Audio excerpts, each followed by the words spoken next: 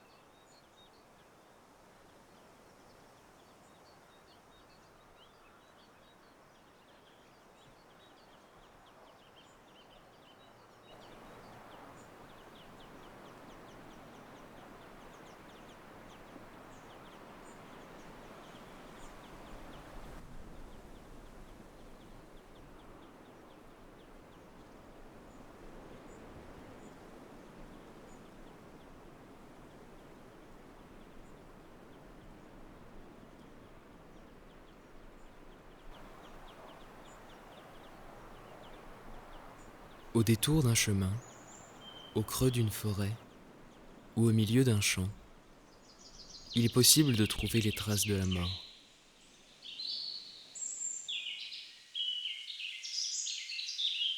En exhalant, depuis une carcasse fraîche, ses parfums soufrés, elle attire autour d'elle, peu à peu, de nombreux prétendants.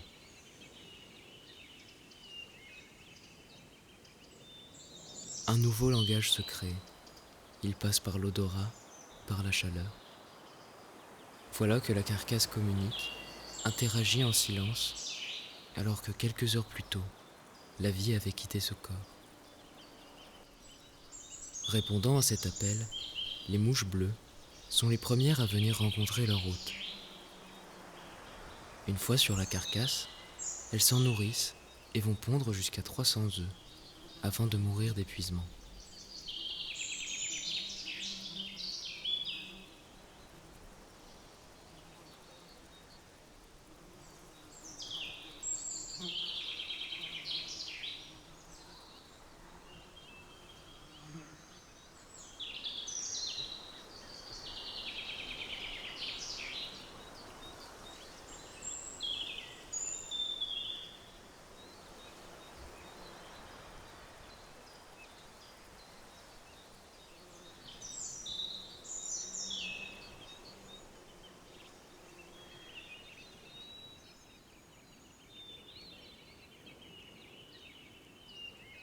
Lorsque les graisses du corps se décomposent, les dermestidés et les sylphidés, comme le sylphe à corselet rouge, sont attirés par l'odeur rance et vont venir habiter ce corps. Cette maison éphémère leur permet de se nourrir, de se reproduire et de pondre leurs larves.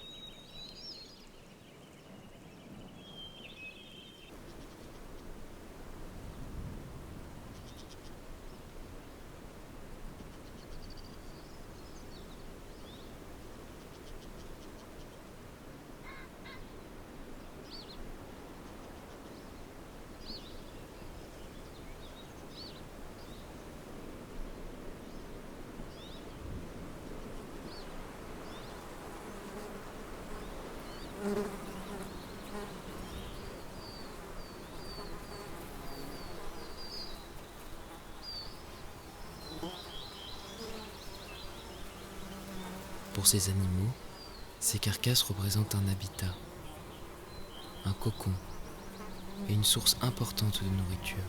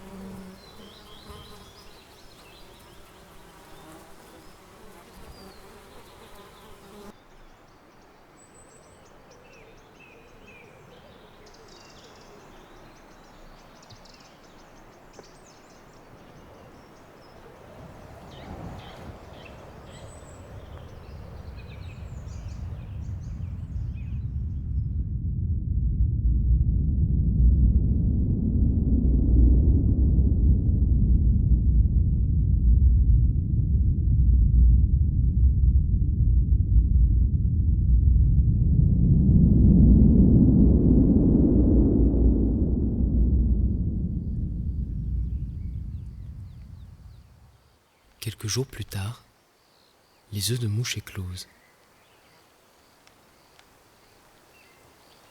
Les larves, que l'on appelle asticots, vont se nourrir de la carcasse.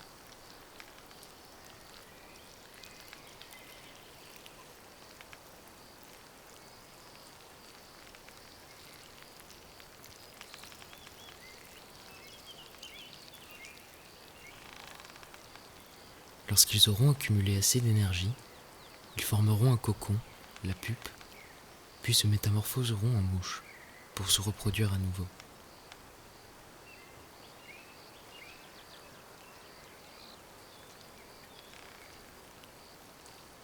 Les asticots sont des animaux sociaux. Cette forme de socialité est appelée l'agrégation. En se regroupant comme une masse unie, ils améliorent grandement leurs chances de survie.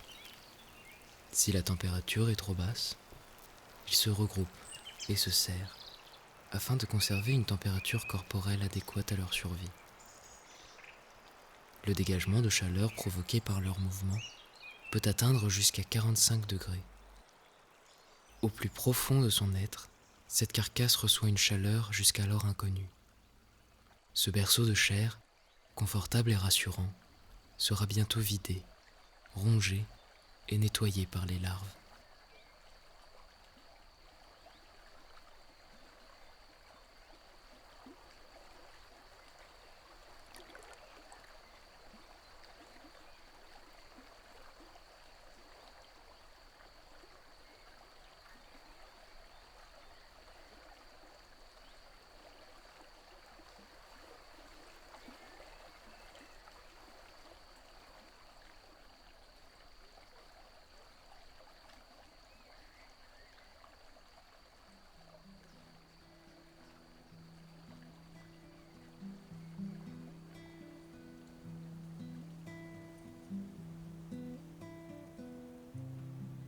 Bientôt, les larves devenues mouches s'envolent pour un autre corps, pour une autre vie. Peu à peu, ce corps devient un vestige, un souvenir ou non. L'oubli s'immisce, se couche derrière les os, sous la peau. C'est le dernier invité, et il dévorera peu à peu l'hôte décomposé. Le soleil réchauffera, quant à lui, de nouveaux jours, de nouvelles fleurs et de nouvelles larves.